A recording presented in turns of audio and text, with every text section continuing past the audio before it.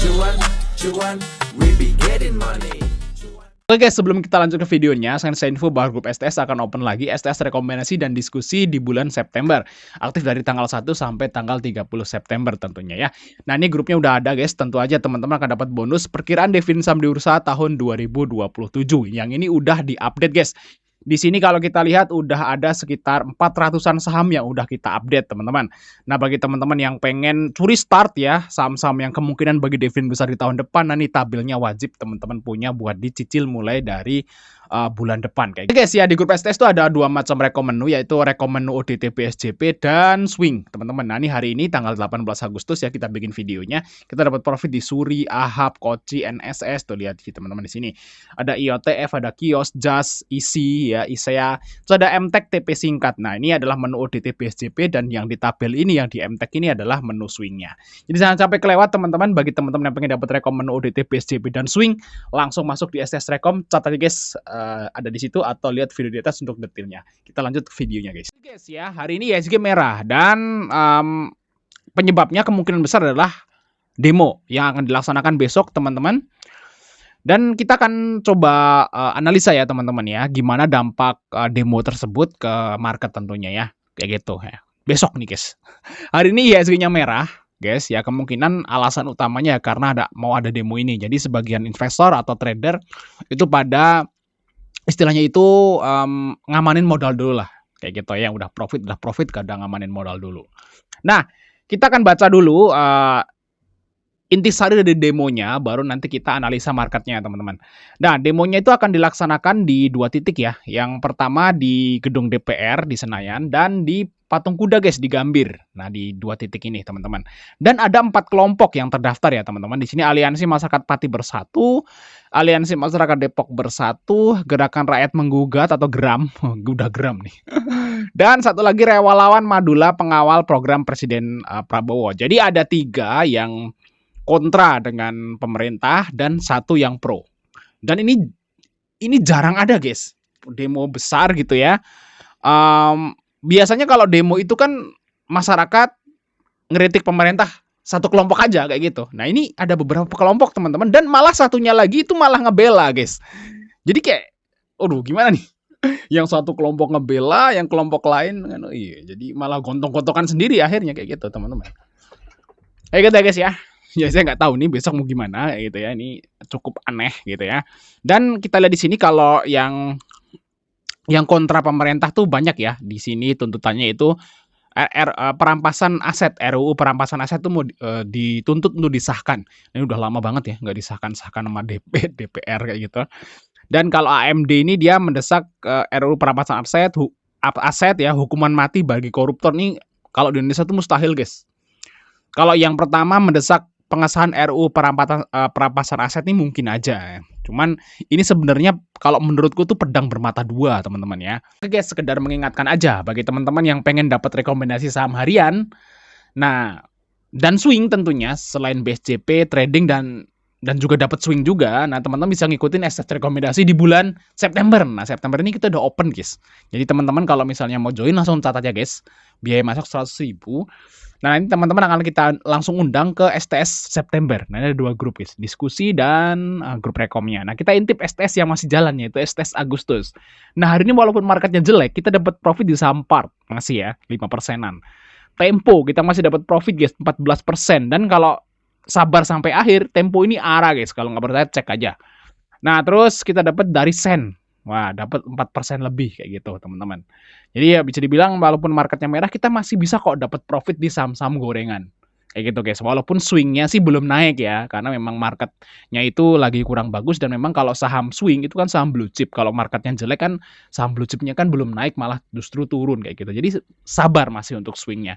Nah, jadi kita fokus ke trading atau BSJP-nya kalau market lagi merah. Jadi tetap ada pilihan guys, walaupun market merah, market hijau, kita dapat profit di grup STS ini kayak gitu. Langsung tanya guys kalau pengen join.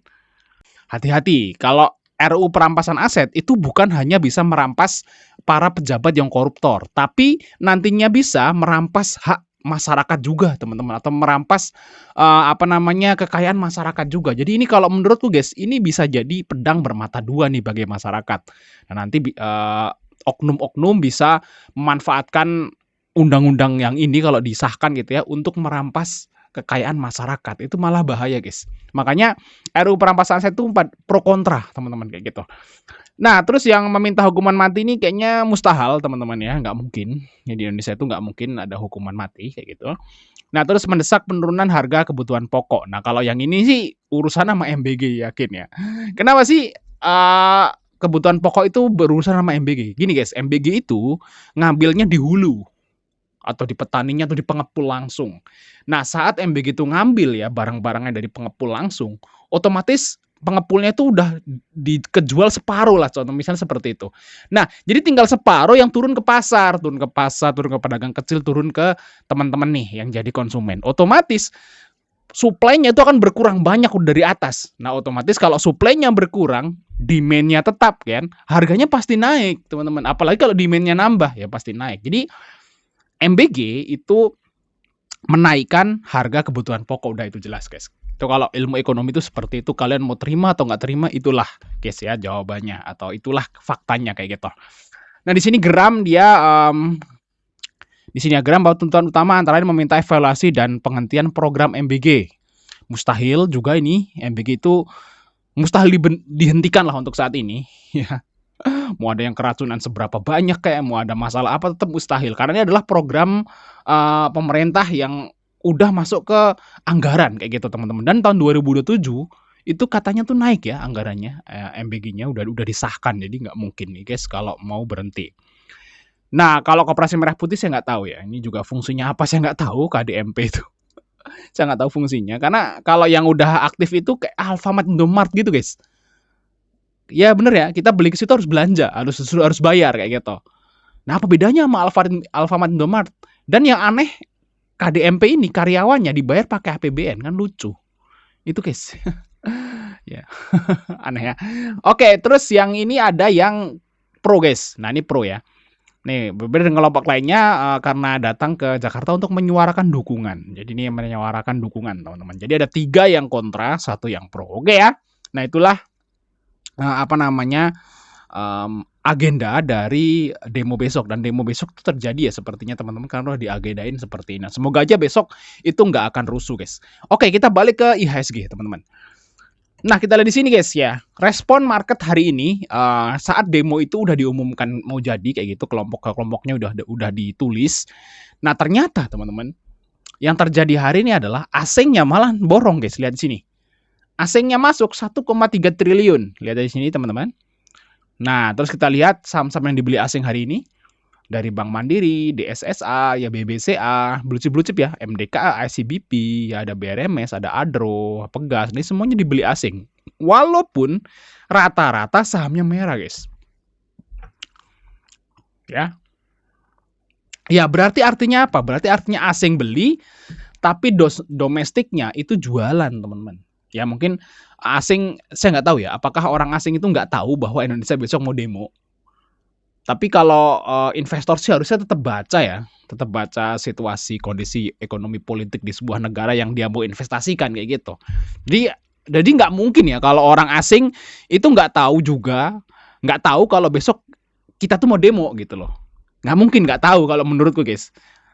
Mungkin mereka berpikirnya lain, nggak takut, nggak fair gitu ya, nggak kayak domestik. Kalau domestik kan takut ya, pada keluar ya gitu. Tapi asingnya malah slow aja, santai pasti.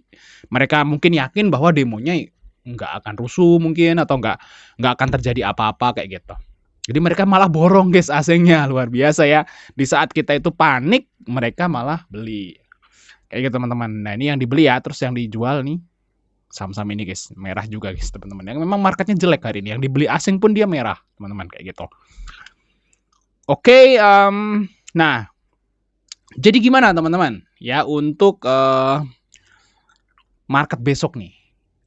Nah kalau menurutku guys ya, kalau menurutku teman-teman, ini tergantung ya besok tuh mau gimana.